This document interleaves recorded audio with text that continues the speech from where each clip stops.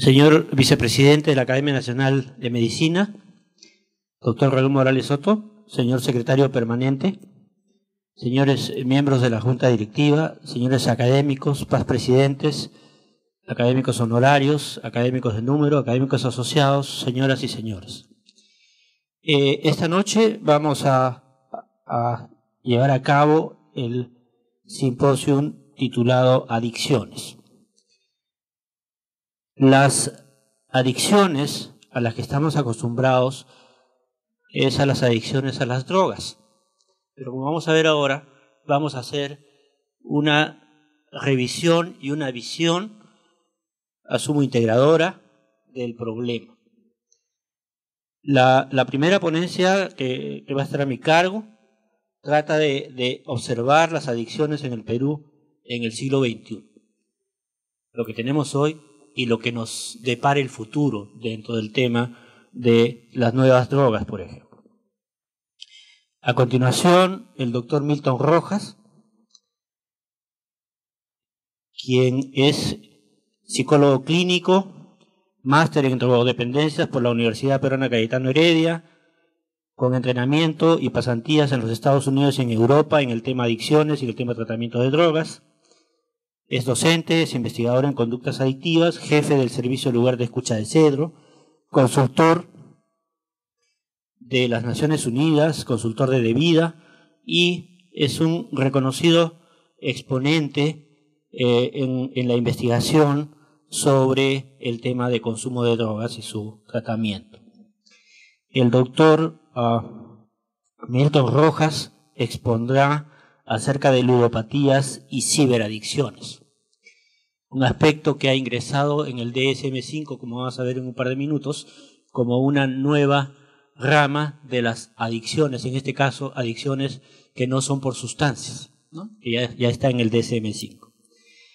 Asimismo, el doctor Carlos Alberto Saavedra Castillo es médico psiquiatra, es magíster en farmacodependencia por la Universidad Peruana Cayetano Heredia, tiene la subespecialidad de psiquiatría en adicciones por la Universidad Nacional Mayor de San Marcos y estudios de maestría en economía de la salud y neurociencias también en la Universidad de San Marcos y estudios de doctorado en salud pública en la Universidad Nacional Federico Villarreal. Actualmente se desempeña como director general del Hospital Hermilio Valdizán, es experto en terapia conductual cognitiva, ¿no? Y labora en el departamento de análisis ha laborado en el departamento de análisis y modificación de conducta del Hospital Hermilio Valdizán y en el Centro de Rehabilitación de Ñaña, tratando pacientes adictos. Es docente de pre y posgrado de la Facultad de Medicina de la Universidad de San Marcos y de la Facultad de Psicología de la Universidad Peruana Cayetano Heredia en pre y posgrado. Es también un reconocido investigador en el área de adicciones, en economía de la salud y psiquiatría y su relación con la salud pública. El doctor Carlos Alberto Saavedra disertará esta noche en el tema controversias en el uso de la marihuana. Entonces quisiera hacer una presentación en relación al aspecto general de adicciones con este título sugestivo, Adicciones en el Perú en el siglo XXI. Si observamos en el slide el problema de drogas, ¿sí?, es considerado por nuestra población, este es el resultado de una encuesta de opinión hecha en el 2013 que sigue vigente, y 42% de las personas encuestadas en las grandes ciudades consideraba al tema de drogas como uno de los temas y uno de los problemas más graves y más importantes en el país. Eso nos da una imagen de la percepción de la comunidad y la percepción creciente, ¿no?, que sentimos todos de que el problema de drogas va avanzando. Como les comentaba, uno de los patrones de referencia es la clasificación de enfermedades. Tenemos dos clasificaciones cercanas, el DSM-4 al cual estábamos todos de alguna manera acostumbrados y el DSM-5 que se publicó en el 2013 y que, como digo, cambia la clasificación de alguna manera de estas enfermedades asociadas a adicciones. Sin embargo, las definiciones de cómo clasificar al uso, a los criterios de dependencia, a sustancias. Aquí la refieren como un patrón maladaptativo del uso de sustancias que conlleva un deterioro o malestar clínicamente significativo expresado por 3 o más de los siguientes síntomas. Los 2 primeros son absolutamente reconocidos por todos. Tolerancia a los efectos de la droga y el síndrome de abstinencia dentro de lo que llamamos dependencia física. Obviamente el resto de los componentes ya son componentes que nos hacen mirar un poco la conducta y el accionar de la persona a la que vamos a calificar como adicto. La sustancia se consume en cantidades mayores o durante un periodo más largo del que inicialmente se pensó, o sea, la persona está en el consumo, ¿no? Sucesivo. Existe un deseo persistente, este deseo a veces es tan importante que se cataloga como uno de los síntomas principales. Se emplea mucho tiempo en actividades relacionadas a la obtención de la sustancia, la reducción o abandono de las actividades sociales, ¿no? El dejar de hacer lo que uno hacía, uno estudiaba, uno trabajaba y dejar de hacerlo por ir a consumir la droga, y abandono del trabajo, lo cual trae evidentemente una serie de problemas en la vida de la persona. Y continuar consumiendo la sustancia a pesar de tener conciencia de los problemas que existen por el consumo es otra, o sea, la aceptación del daño, pero uno sigue consumiendo, ¿no? Es otro de los criterios. 3 de estos criterios, ¿no? son diagnósticos según el DSM-4 para adicción. Sin embargo, después de los juegos de azar se conocen hace mucho tiempo, ¿verdad? Pero una nueva modalidad de juegos de azar asociada al uso de Internet, ¿no? Y al uso de las computadoras o al uso de los celulares ahora, incluye la aparición de un tipo de adicción, ¿no? Que corresponde ya en el DSM-5 a los trastornos no relacionados a sustancias. Y ahí se ha incluido, en principio, el trastorno por juego de apuestas. Obviamente el trastorno a través de Internet. Sin embargo, este es un camino abierto, van a aparecer muchas más variantes de adicciones, ya incluso se están proponiendo nuevas variantes, con todas las otras cosas que vemos, ¿no? La adicción al teléfono, la adicción a una serie de dispositivos electrónicos, etc., ¿no? Entonces ya han empezado a aparecer artículos en relación a esto, como este que vemos acá, que habla de la discusión de la aparición de esta subclasificación dentro del DSM-5. En relación al consumo de sustancias, entonces viene la primera pregunta, ¿no?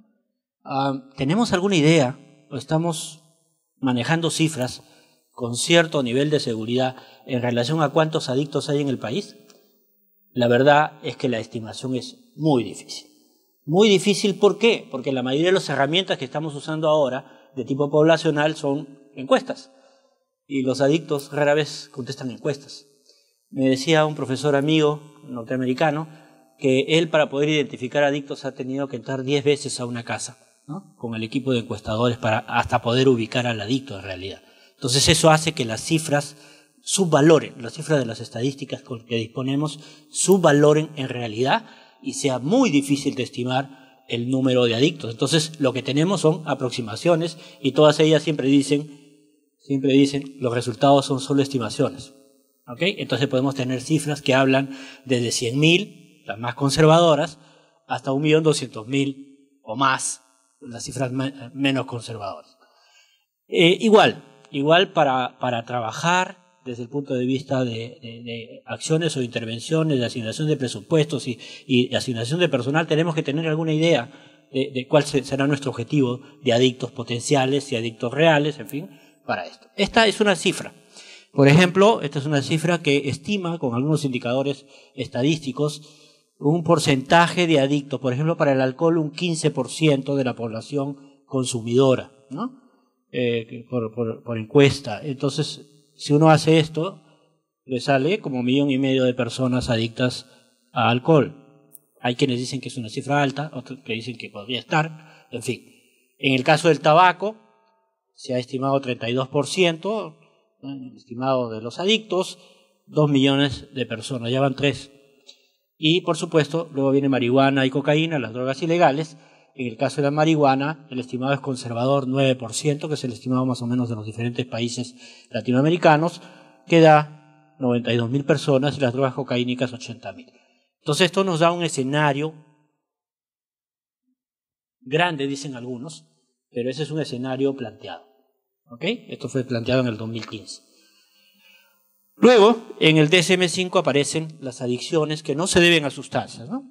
Sí, los desórdenes no relacionados a sustancias, y aquí aparecen los desórdenes del juego en la versión del DSM-5 que apareció en el 2013. Entonces acá tenemos otro escenario de otra patología que hay que estudiar, ¿sí? Algunos intentos ya se han ido haciendo en el país, por eso es que hemos planteado que en el simposio de hoy día se trate un poco del tema ludopatía, ¿no? Del tema del juego, para ir entrando un poco en este tema que aparentemente resulta novedoso en esta versión del DSM-5. Y bueno, ya hay algunos datos publicados en relación a juego, ¿no? A juego. Magnitud de juegos de azar en la población de 12 a 65 años, que publicó De Vida en el año 2012, y que muestra por regiones y muestra un total. Para el total de la población entrevistada, 9.4% a nivel nacional de los encuestados. Eso representa más o menos 150.000 personas con diagnóstico probable de adicción al juego. Por supuesto que este grupo va a ser sumamente importante entre los jóvenes, ¿sí? Y está creciendo significativamente en los jóvenes, en tanto se amplía el horizonte de uso de computadoras y de Internet, que se va extendiendo hacia el interior del país. O sea que esto va a ir acompañando a ese desarrollo, ¿no?, tecnológico y de accesibilidad de las comunidades. Las comunidades del interior, muchas de ellas todavía no tienen acceso, pero cuando empiecen a accesar, este va a ser uno de los problemas que va a venir junto con ese desarrollo, además del desarrollo de conocimiento, la interacción, las comunicaciones y el comercio, pues esto va a venir detrás también. Entonces aquí ya tenemos algunos datos de estadísticas de juego y ludopatía, ¿no?, dado por la entidad oficial, que en este caso es De Vida. Bueno, volviendo al tema de las sustancias, la doctora Volkow, la directora de NIDA en los Estados Unidos, presentó este slide en una reunión en Estocolmo, en Suecia, hace un par de años. Y en este slide ella plantea algo que hemos visto, ¿no? Ella plantea que la adicción es una enfermedad que se desarrolla con las personas y aparece a veces muy temprano en la niñez y va creciendo y llega a su pico más alto entre los 15 y los 25 años.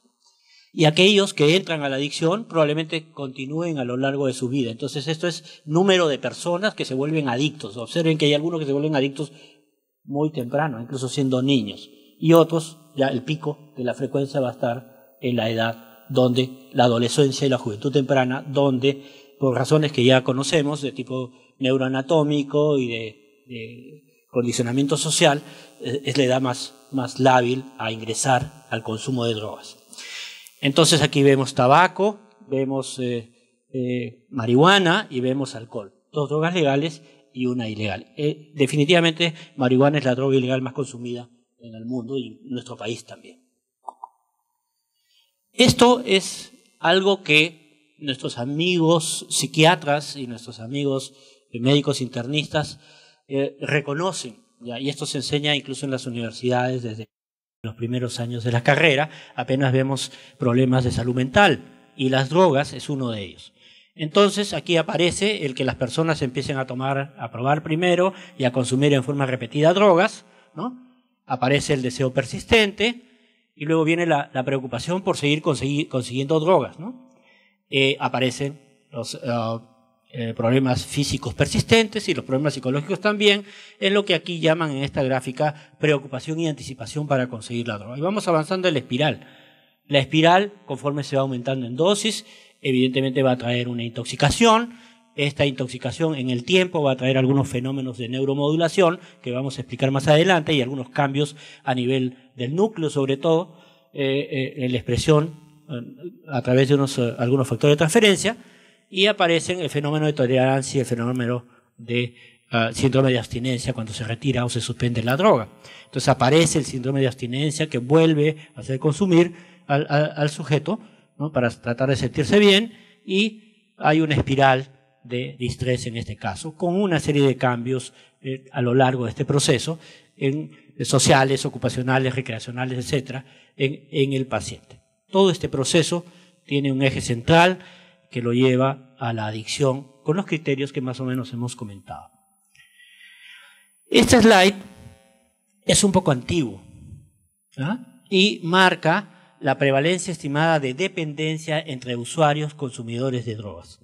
Obviamente, esto está reflejando también, de una manera indirecta, algo que se llama consumo, ¿sí?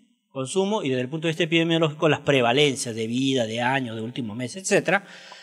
Esto de la dependencia es una proporción de los que consumen, va a ir haciéndose dependientes. Entonces esto está reflejando una cifra más grande que son los que consumen. Pero bueno, aquí prevalencia estimada de dependencia, como vemos, la prevalencia del tabaco es más alta, la del alcohol le sigue.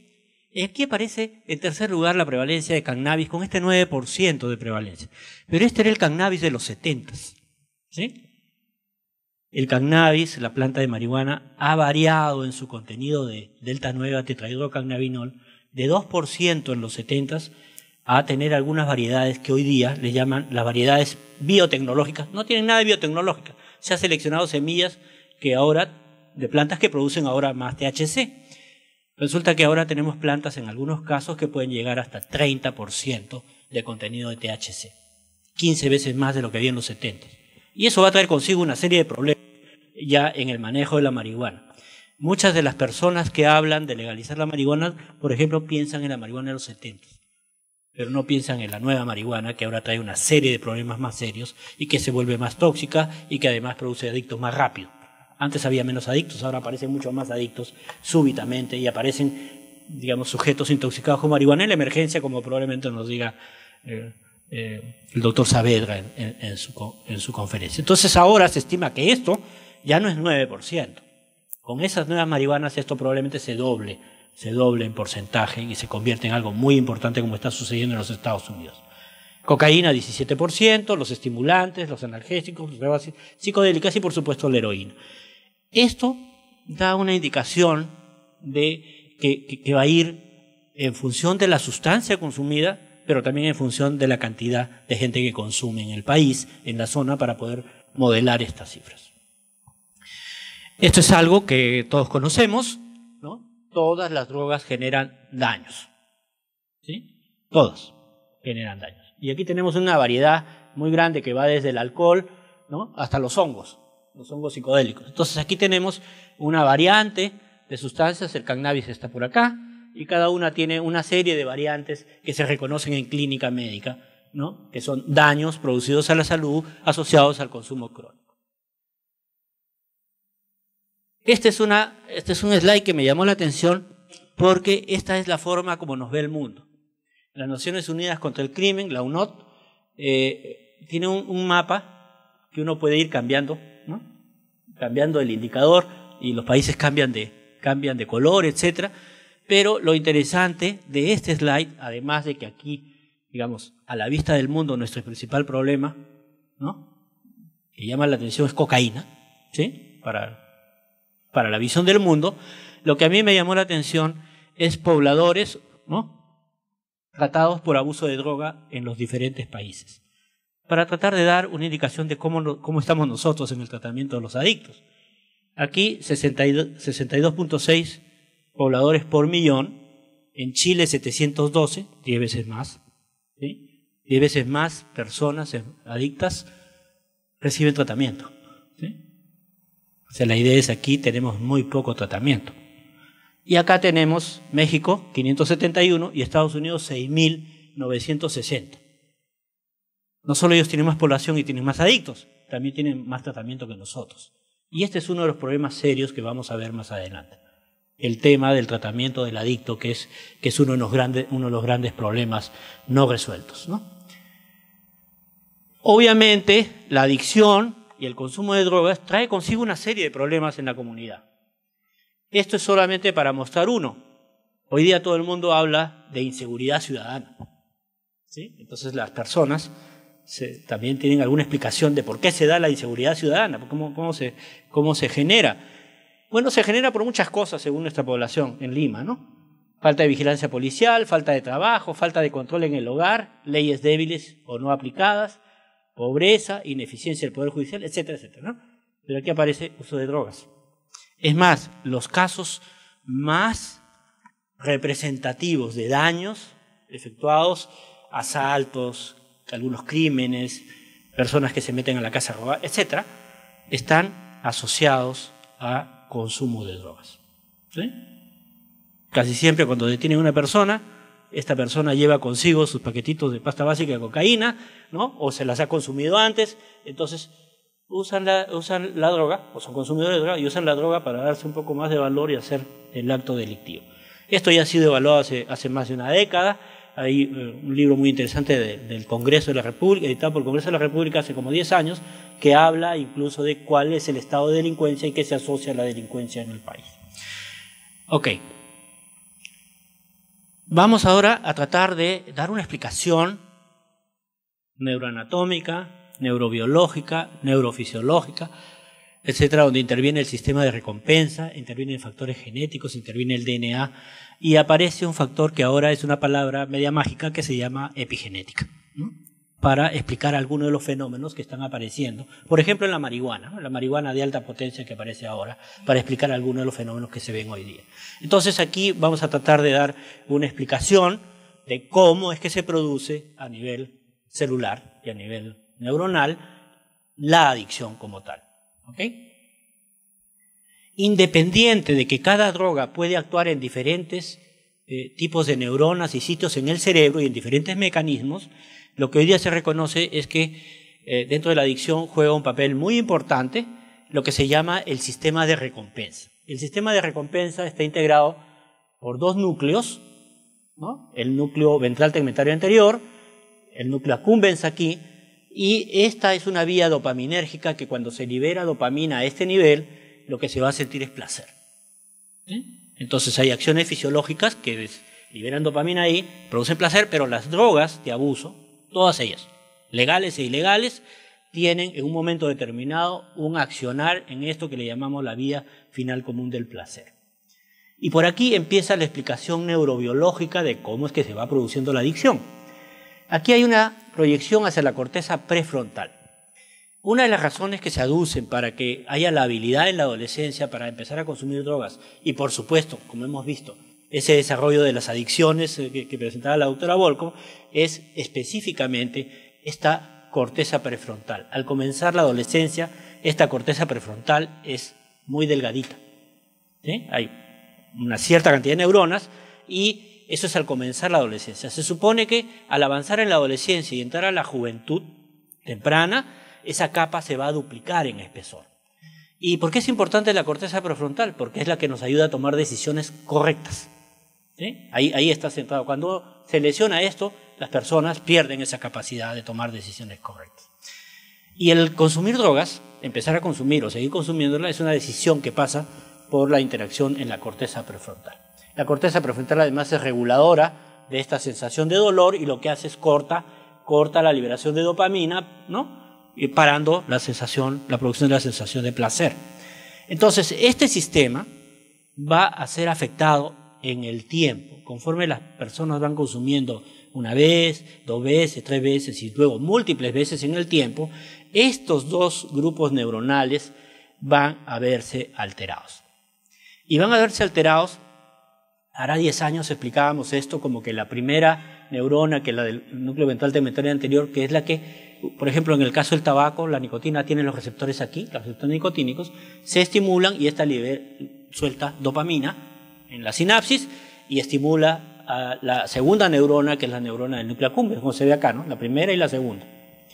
Entonces nosotros decíamos, bueno, a la segunda neurona, en un momento determinado, le empieza a llegar mucha dopamina. Entonces la segunda neurona se esconde sus receptores para defenderse de la acción de la dopamina que está viniendo en cascada en gran cantidad de la primera. Esto que decíamos así simplemente hoy día tiene una explicación ya neurobiológica con algunos factores interesantes que les voy a comentar a continuación. Entonces, ¿qué ocurre? Cuando esta neurona libera progresivamente dopamina aquí, esta segunda neurona se neuroadapta, esconde sus receptores dopaminérgicos, disminuyen en la membrana y por lo tanto no se estimula tanto como al comienzo. El esconder los receptores parece ser una acción fácil y aparece relativamente temprano. Pero el volver a reponerlos después ya no resulta tan fácil. O sea, el cerebro del adicto, de alguna manera, va a tener estas neuronas transformadas en la expresión fisiológica y en la expresión de sus receptores. Sus receptores cambian en cantidad y cambian en, digamos, en oportunidad, frecuencia en diferentes sitios. Como esta neurona, primera, siente que la segunda no le hace caso, entonces piensa que algo está fallando.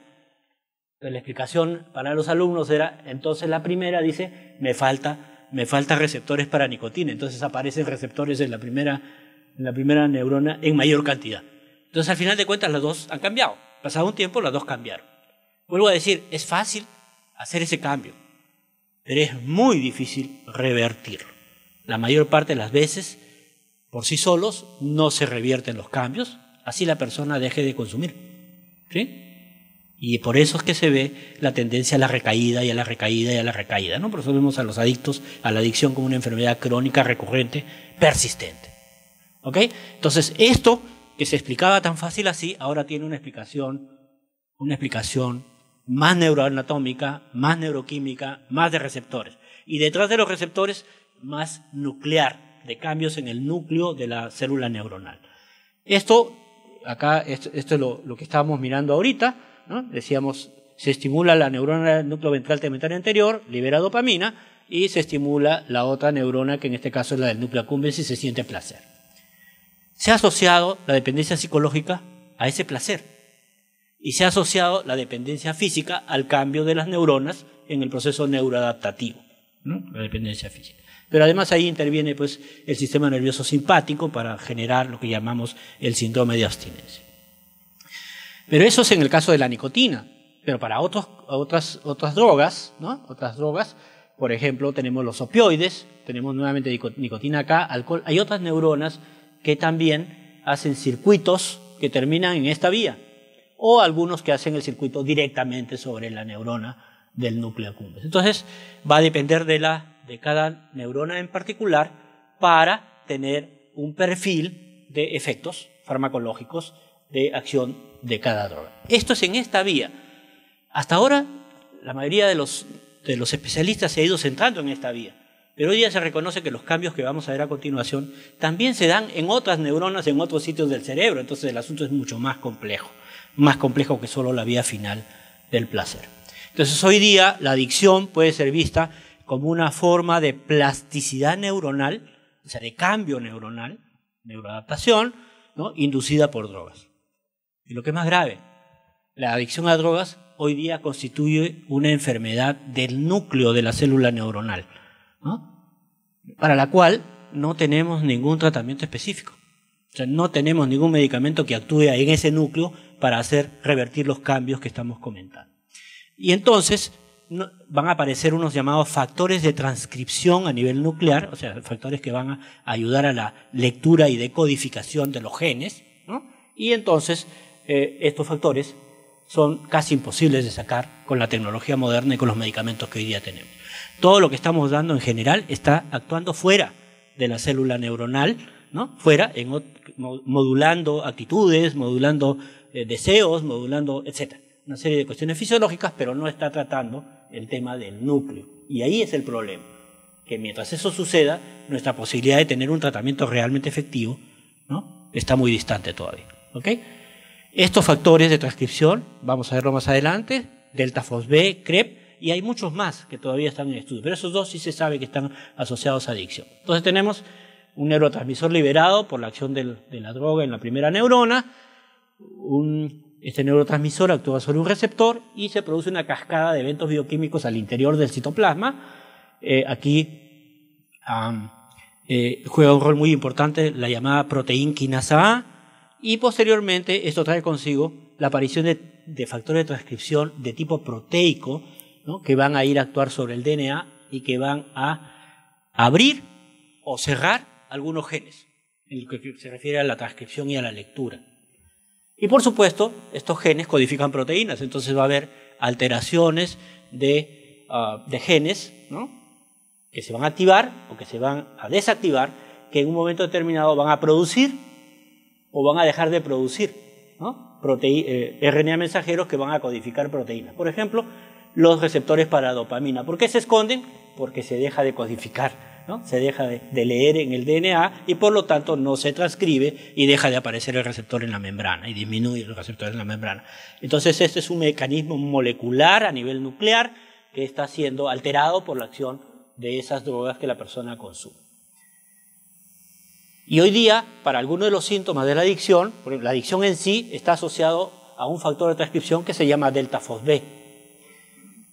El retiro, la cesación, está asociada a la presencia de un factor que se llama CREB, y la tolerancia, que significa que conforme pasa el tiempo, digamos, la persona consumidora va a empezar a sentir menos efecto clínico de los demás efectos colaterales que tiene la droga. Por ejemplo, cuando uno fuma la primera vez, tiene un montón de fastidios, ¿no? Lo hace tos, le da hiperacidez, le puede dar diarrea, etcétera, le da taquicardia, algunas, ¿no? La nicotina del tabaco, pero conforme uno va fumando, esos otros síntomas desaparecen y uno se queda solamente con el síntoma del placer, ¿no? Que lo hace seguir consumiendo el tabaco. Entonces, eso ahora se sabe que está asociado a este componente que se llama beta-arrestin. Este no es un factor nuclear, este es un factor que actúa en el citoplasma y en la membrana, en la cara interna de la membrana de las neuronas para esconder los receptores. Ahora les voy a explicar cómo. Entonces tenemos que el delta-FOSB aparece en la cronicidad, el CREB aparece en la parte aguda, ¿no? Y eso se llaman mecanismos transcripcionales de la adicción a las drogas. O sea, ya hay una explicación molecular a nivel del núcleo. Bueno, en el caso de la tolerancia aparece este factor que se llama beta-arrestin.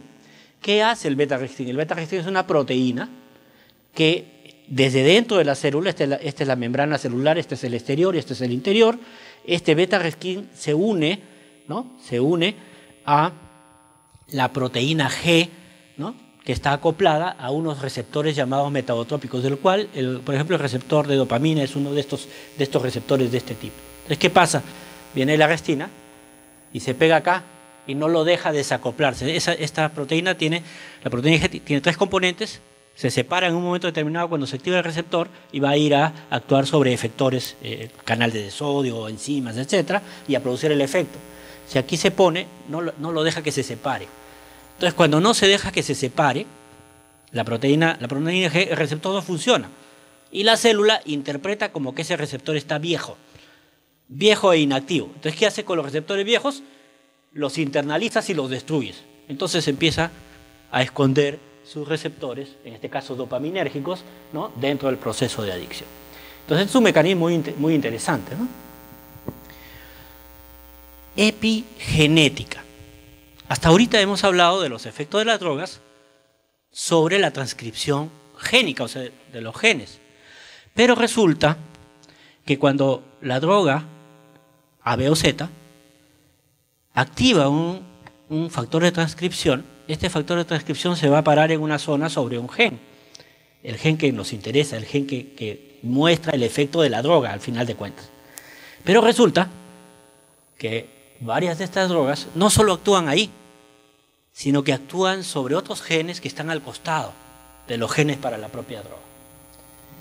Y resulta también que, por ejemplo, en el caso de la marihuana, al costado de los genes para la acción específica de la marihuana, ¿sí?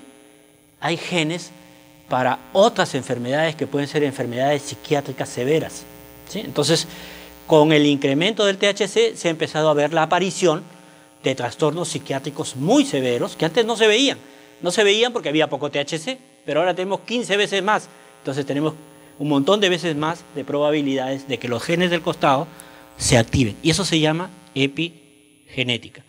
El ejemplo típico de esto es, ¿no?, cannabis y la aparición de esquizofrenia aguda, a veces reacción esquizofrénica en el primer consumo de marihuana de alto contenido. A esta marihuana le llaman Scan, Super Chunk, en fin, son las marihuanas nuevas, ¿no? Y aparecen cuadros psiquiátricos severos. Los genes estaban ahí. De repente, si no hubiera habido marihuana, no se hubiera abierto el gen y no hubiera aparecido esa enfermedad psiquiátrica en ese adolescente. Por supuesto, una vez que aparece ya no la puedes revertir. Tienes que seguir tratándolo la enfermedad psiquiátrica porque ya se abrió el gen. Entonces, hoy día se sabe que, por ejemplo, el THC, tetrahidrocannabinol, es como una llave que es capaz de abrir esos otros genes de enfermedad psiquiátrica que está ahí, que viene de padres a hijos, se hereda, etcétera, y que ahora los puede abrir la marihuana. Entonces los abre como si fuera una flor. Aparece la enfermedad psiquiátrica aguda como una flor, como digo, a veces en el primer consumo. Y mientras más veces se consume, más chance tiene de desencadenarla, abrir esos genes, ¿no? Entonces hoy día ya nuestros colegas psiquiatras ya saben, ¿no? Un joven con enfermedad, con crisis de pánico o con una enfermedad psiquiátrica mayor, ¿ya? Lo primero que tiene que pensar es que de repente está marihuana al costado, ¿no? Detrás. Entonces eso es algo que se ve. Y fíjense, mientras más joven es la persona, más chance tiene de desencadenar estos daños psiquiátricos o estas enfermedades psiquiátricas. Usuarios de cannabis alrededor de los 15 años tienen casi 3 veces más que usuarios que empiezan a usar esta marihuana de alto contenido después de los 18. Entonces ya esto se conoce que es un factor predisponente para la apertura de esto. Y este artículo apareció en el mes de, si no me equivoco, marzo de este año, en el cual ya se está estudiando el genoma, ¿no? Y se está estudiando no solo el sitio génico donde puede actuar el THC, sino además ya se sabe que en las regiones 3, 8 y 10, en 4 regiones de los cromosomas 3, 8 y 10 del ser humano, están también aquellos genes que codifican a las enfermedades psiquiátricas que son activadas por el tetrahidrocannabinol. Entonces ya eso se llama epigenética, ¿no? Entonces ya hay mapeo genético, hay estudios que están empezando a salir como este de acá, que lo pueden revisar, es evidentemente muy complejo, pero ahí está la explicación de por qué aparecen las enfermedades psiquiátricas que estamos viendo ahora con el consumo, por ejemplo, de THC. También se ven con algunas otras drogas, pero este es el caso más interesante hoy en día. Como hemos ya comentado, mientras haya más consumidores, eventualmente va a venir detrás una proporción creciente de adictos, ¿ok? Más consumidores. ¿Y de qué depende el consumo? Entre otros factores, de la oferta. Esa oferta es impresionante en nuestro país. La oferta, por ejemplo, de pasta básica de cocaína es una cosa terrible. 5 quetes por un sol, y si le quieren dar de oferta le dan 7 quetes, que es la unidad de pasta básica de cocaína, 7 quetes por un sol. Le regalan 2 de oferta. O sea, más barato que un chocolate. Y eso se lo venden a los chicos en los costados de los colegios, ¿sí? Entonces es una cosa terrible. Somos país productor, entonces tenemos un montón de droga caminando por el mercado. Entonces ahí el tema importante es que la oferta de drogas incrementa y genera adictos, incrementa el consumo y genera adictos. Y por supuesto hay diferentes tipos de drogas que están circulando en el mercado, algunas legales, de ellas vamos a hablar muy poquito, pero hay las ilegales que todos conocemos, ¿no? Este es más o menos el mapa epidemiológico de los últimos años. Aquí vemos la droga más consumida, marihuana, con tendencia a crecer. Evidentemente hay 2 tipos de marihuana en el mercado, 60% más o menos, 70% es la marihuana clásica de los 70 con 2% de THC, y las otras variantes, 1/3, es la marihuana que se cultiva en las casas, bajo techo, con condiciones especiales y que tiene alto contenido de THC y que más o menos estimamos cubriría 1/3 de la oferta. Y se ve en la calle con los precios, ¿no? La marihuana moño rojo colombiana cuesta 2 soles el kilo y la otra marihuana cuesta entre 5 y 10. O sea, cuesta más caro, pero está accesible. Y se puede conseguir hasta por llamada telefónica por delivery, ¿ok? Las segundas drogas en importancia son las drogas cocaínicas.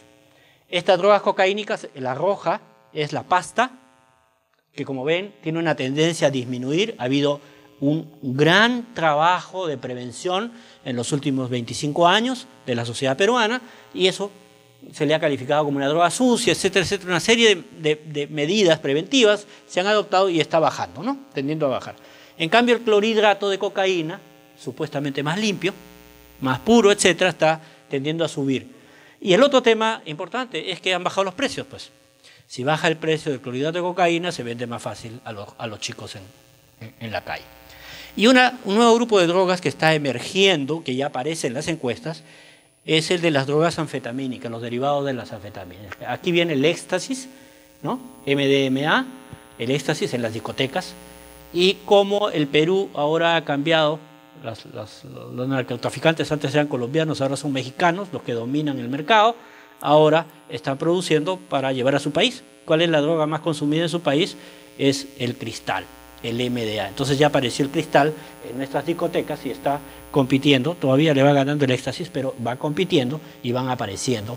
Ahora, evidentemente en el tiempo van a ir apareciendo adictos. Algo que no se ve en la gráfica poblacional, de las encuestas poblacionales epidemiológicas, es los derivados del opio, o sea, los derivados de la amapola de opio.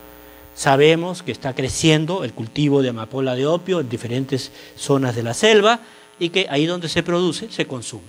Entonces ya esperamos empezar a mirar, ¿no? A empezar a mirar dependientes de productos como la morfina, ¿no? En zonas de cultivo.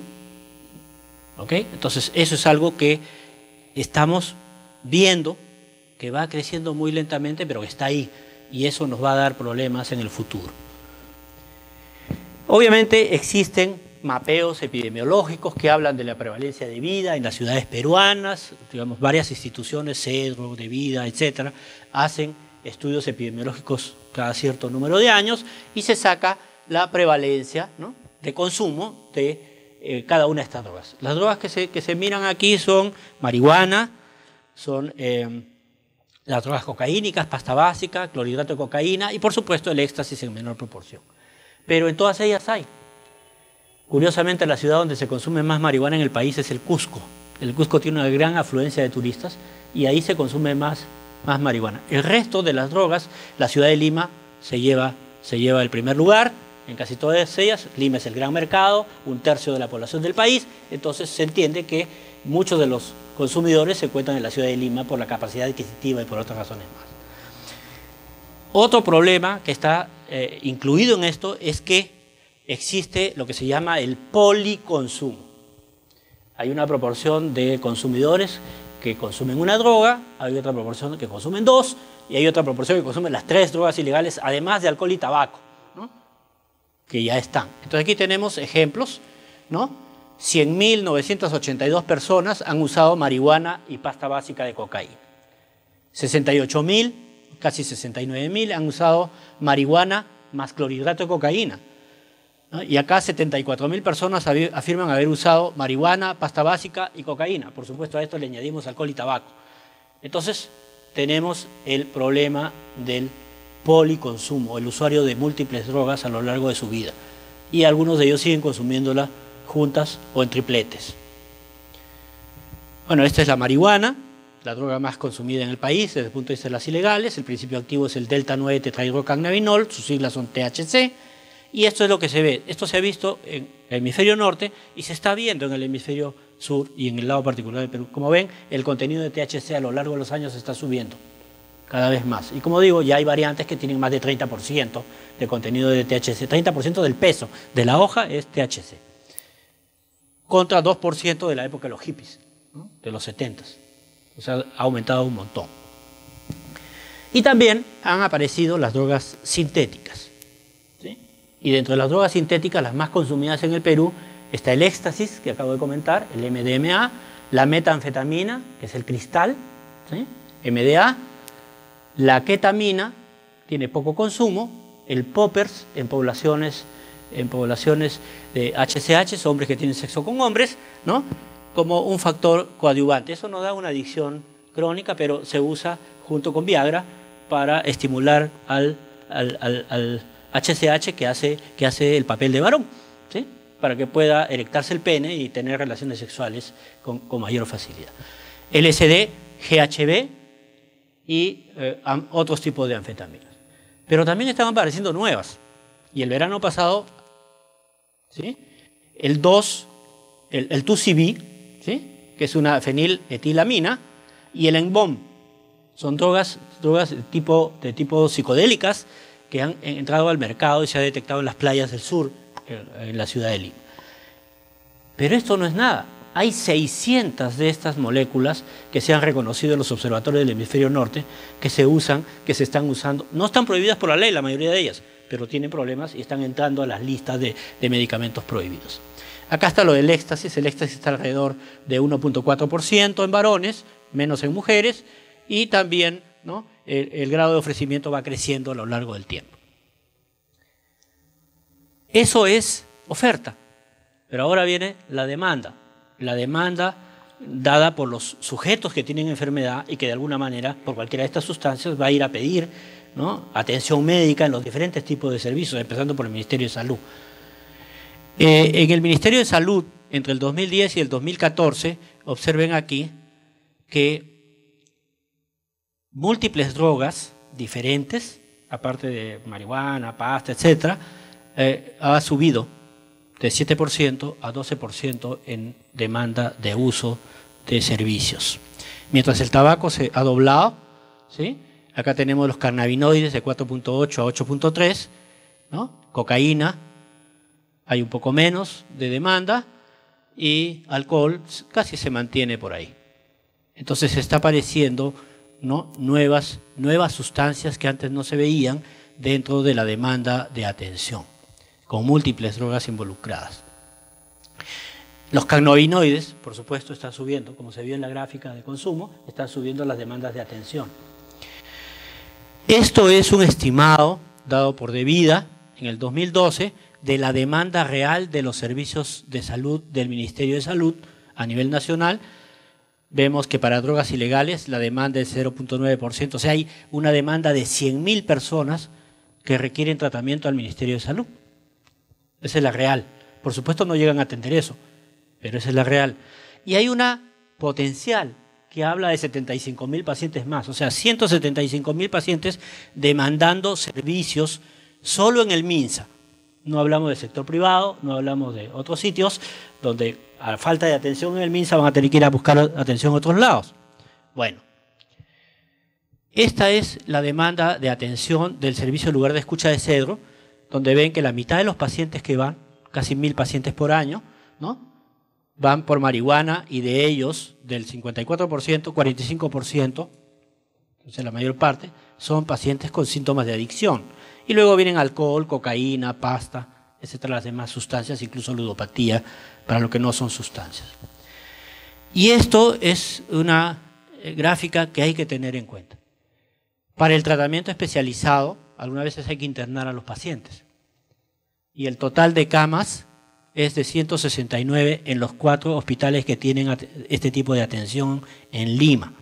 Lima, ciudad de 8 millones de habitantes, tiene 169 camas para internar pacientes asociados a adicción. Esto incluye al Centro de Rehabilitación de Ñaña, al Hospital Arco Herrera, al Hospital Emilio Baltizán y al Instituto. Obviamente otros pacientes se tratarán ambulatoriamente porque no hay sitio, pero esto es una crisis, ¿sí? No hay. Y cuando hablamos de pacientes mujeres, cuando la adicta es una mujer, ahí sí es el acabose porque no tenemos camas para mujeres en la práctica, ¿sí?, excepcionalmente. Entonces, aquí tenemos el otro lado de la medalla de una oferta de servicio médico que no tenemos en forma apropiada y que probablemente no crezca a medida en los próximos años. Entonces, obviamente, si el Estado no es capaz de dar la atención, empiezan a aparecer múltiples variantes de lo que llamamos comunidades terapéuticas privadas, ¿sí?, de todos los tipos, de todos los niveles y de todas las calidades, ¿sí? Algunas han llegado a la prensa con notoriedad por sus tratamientos medios especiales o medios violentos, ¿no?, en años pasados, o esos casos en que encerraban a los pacientes y ocurrió un incendio y se morían los pacientes dentro del sitio. ¿Se acuerdan que salió una legislación especial? Entonces, ese tema es un tema no resuelto.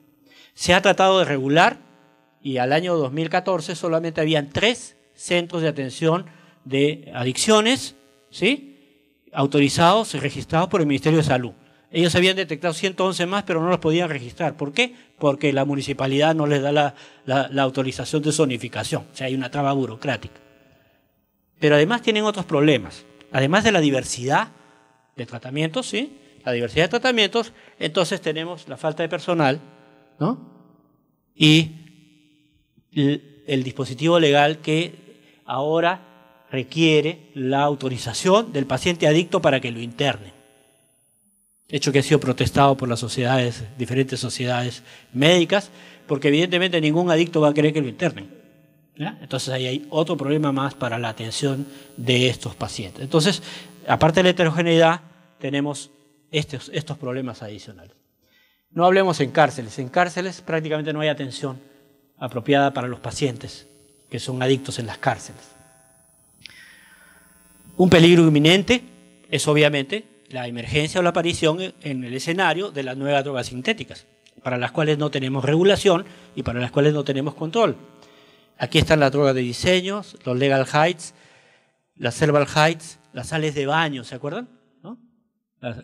La droga del caníbal, ¿no? Las sales de baño que hicieron popularidad. Felizmente no hemos tenido ningún caso en el país, pero eso no significa que no los podamos tener. Las sales de baño están en los hoteles del país, así que podemos tener cualquier día una de estas cosas. Y aquí aparece una heterogeneidad de sustancias nuevas. No las conocemos todas. Obviamente vamos detectando algunas, como estas que hemos comentado en los slides anteriores, pero que representan un enorme peligro para la sociedad. El 2CB, ¿no? Que es un polvo y comprimido, ¿no? Se usa por vía oral o inhalado, se llama 2CB o TUSI, es de las fenetilaminas y es esta droga de este aspecto. También tenemos el PMA, hay muertes reportadas por la ingestión de PMA, y el 25 en BOM, que es otra droga que ya tenemos en nuestro país, hasta donde sabemos por los reportes policiales, y aparecen en los veranos en las playas, ¿no? Se venden en las playas. Es una nueva familia de alucinógenos, ¿no? Es lo que llaman el LSD legal, y estas son las catinonas, que son las sales de baño. Entonces, como veremos, el problema de las adicciones es un problema multidisciplinario, con una serie de problemas, con una serie de enfoques, pero el problema mayor son sustancias que cambian el núcleo de las células, de las neuronas, y por lo tanto producen toda la sintomatología de adicción que tenemos y todos los problemas que esto trae, y que por supuesto estén en medio de un enorme comercio facilitado por el narcotráfico, ¿sí? Que está detrás de todo esto. Entonces, en ese escenario, el Ministerio de Salud y los servicios médicos se quedan insuficientes cuando estas nuevas drogas aparecen o cuando tratamos de atender a los adictos, para los cuales estamos en una capacidad muy pequeñita para poder atender todo lo que hay en el país. Muchas gracias.